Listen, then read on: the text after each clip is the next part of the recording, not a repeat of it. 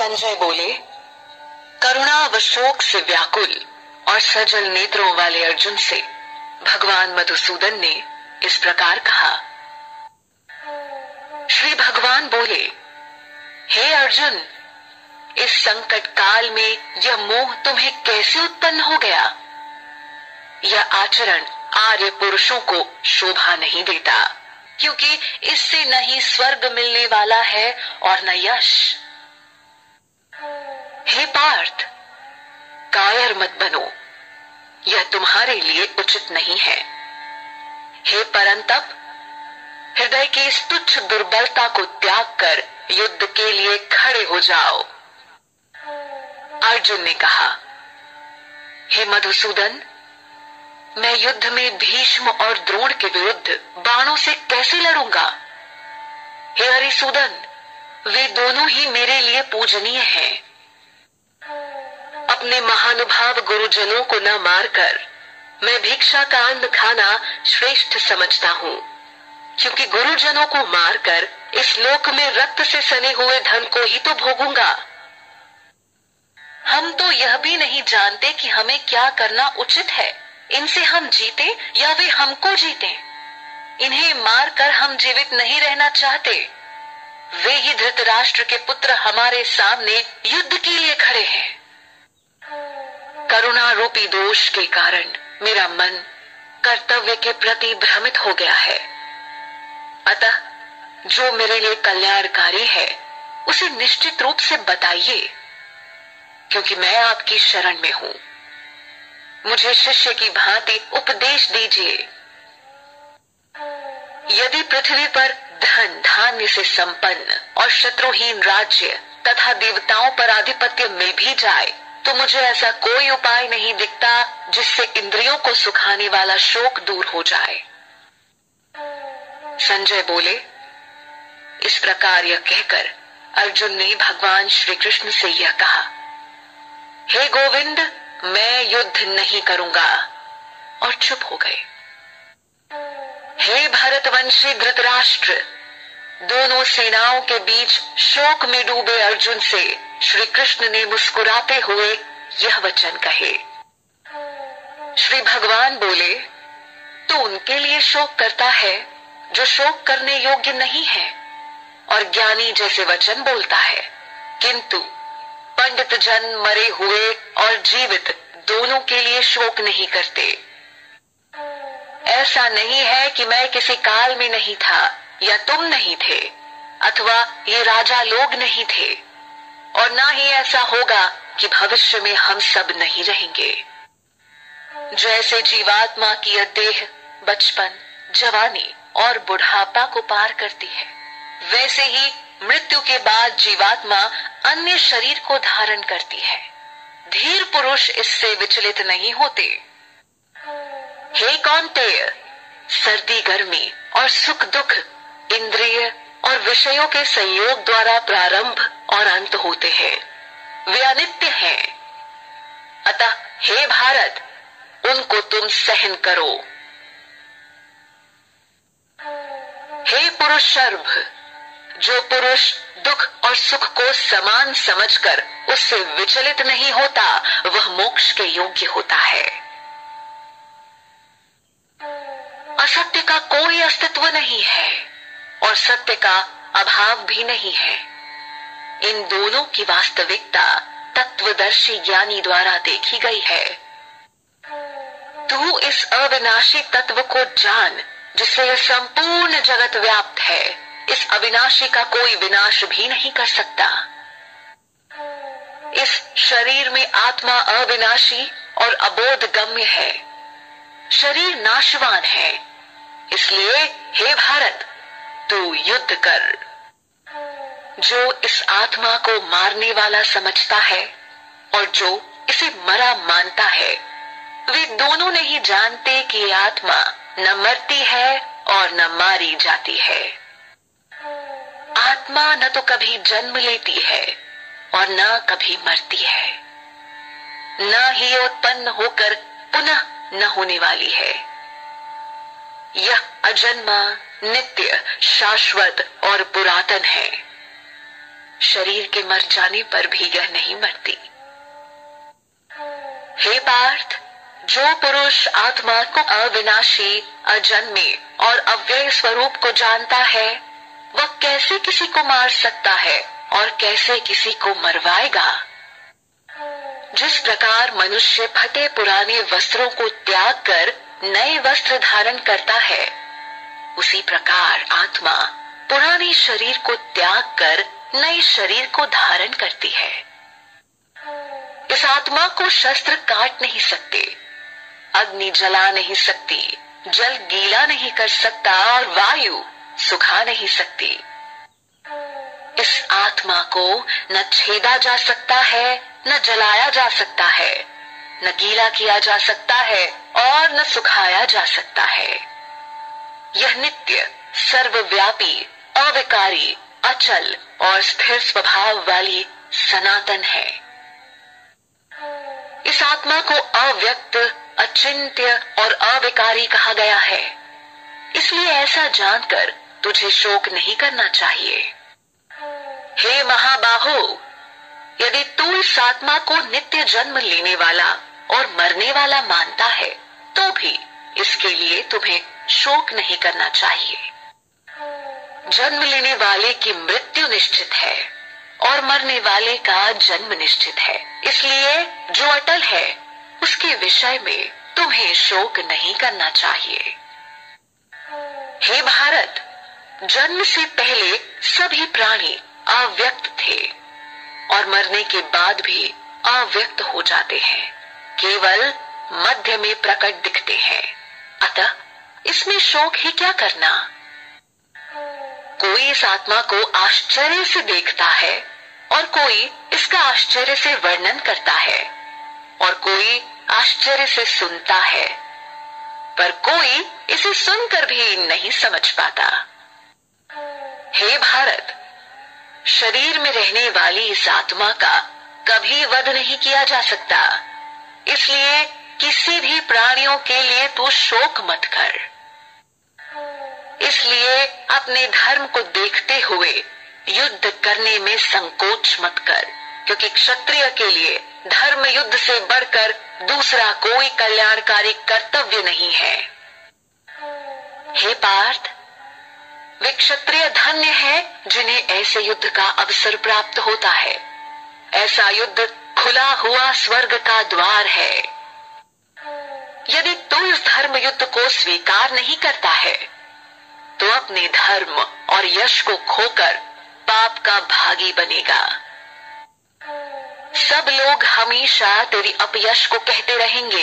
एक सम्मानित पुरुष के लिए अपयश मृत्यु से भी बढ़कर है। महारथी योद्धा तुझे भय के कारण रण छोड़ भाग कहेंगे। जो लोग तेरा आदर करते थे, वे ही तुझे तुच्छ समझेंगे।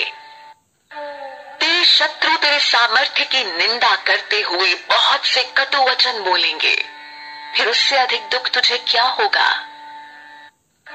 यदि तू युद्ध में मारा गया तो स्वर्ग प्राप्त करेगा और विजय हुई तो पृथ्वी का सुख भोगेगा।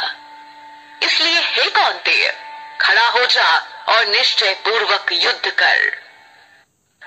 सुख दुख, लाभ हानि और जय पराजय में संभाव रहकर युद्ध के लिए तैयार हो जा, फिर तुम्हें पाप नहीं लगेगा। हे पार्थ, यह बुद्धि सांख्य योग के विषय में कही गई है और अब तू कर्म योग के विषय में सुन। इस बुद्धि से युक्त होकर तू कर्म बंधन से छूट जाएगा। इस कर्म योग में किए गए प्रयास का नाश नहीं होता और न ही फल दोष होता है। इस धर्म का पालन करने से महाभय से रक्षा होती है। हे कुरु नंदन, इस कर्म योग में निश्चयात्मक बुद्धि एक ही होती है, किंतु अस्थिर चित्त वाले पुरुषों की बुद्धियां अनेक प्रकार की और अनंत होती है। हे पार्थ, अविवेकी पुरुष वेदों की पुष्प जैसी आकर्षक और दिखावटी वाणी बोलते हैं और कहते हैं कि स्वर्ग से बढ़कर और कुछ नहीं है। वे कामनाओं में लिप्त होकर स्वर्ग को ही श्रेष्ठ भोग एवं ऐश्वर्य प्रदान करने वाली, जन्म रूप कर्म फल को देने वाली अनेक क्रियाओं को बताते हैं। भोग और ऐश्वर्य में आसक्त लोग, जिनके चित्त को आकर्षक व दिखावटी वाणी द्वारा हर लिया गया है, ऐसे लोगों की निश्चयात्मिका बुद्धि परमात्मा में नहीं होती।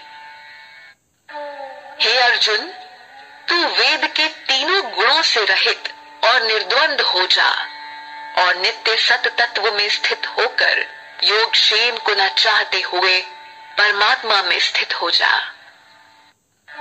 जैसे चारों ओर जल ही जल होने से किसी एक जलाशय का कोई महत्व नहीं होता, वैसे ही ब्रह्म को सम्यक प्रकार से जानने वाले ज्ञानी को वेदों की कोई आवश्यकता नहीं रहती।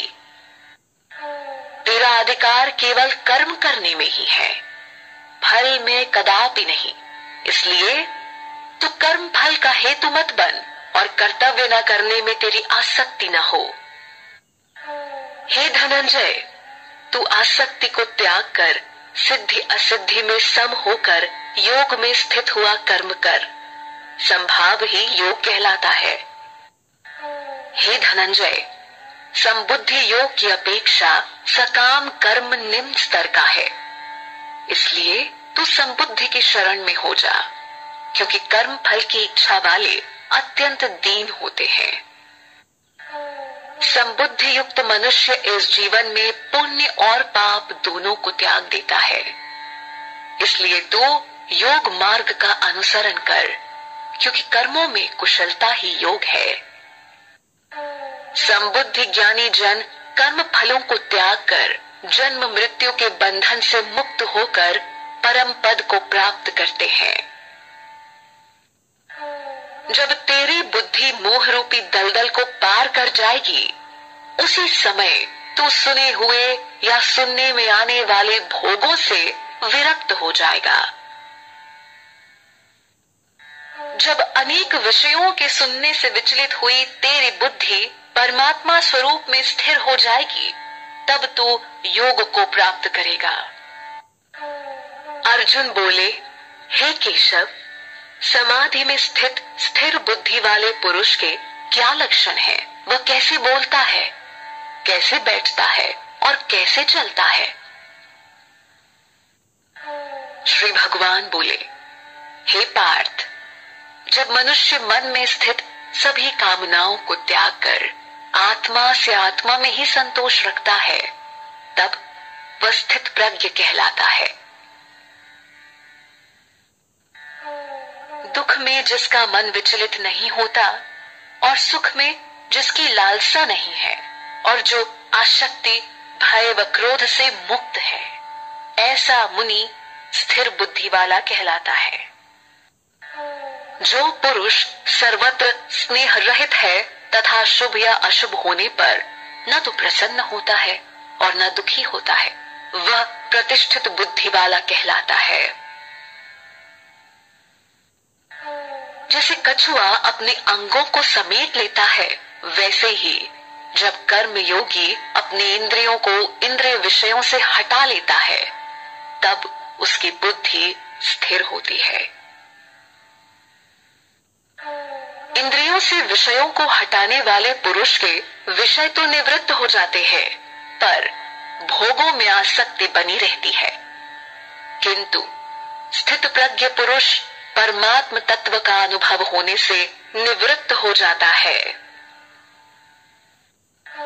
हे कौन्तेय, प्रयत्न करते रहने पर भी बुद्धिमान पुरुष के भी मन को ये चंचल इंद्रियां बलपूर्वक हर लेती हैं। इसलिए सभी इंद्रियों को वश में करके मुझसे युक्त और परायण हो जा, क्योंकि जिसकी इंद्रियां वश में होती हैं, उसकी प्रज्ञा प्रतिष्ठित होती है। विषयों का चिंतन करने से उसमें आसक्ति हो जाती है।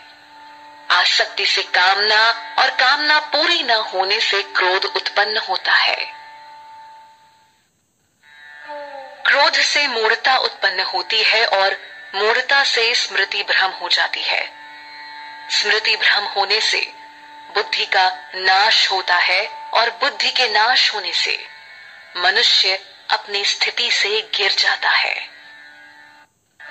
किंतु संयमी पुरुष राग द्वेष से मुक्त अपनी इंद्रियों को वश में करके विषयों को भोगता हुआ प्रसन्नता प्राप्त करता है।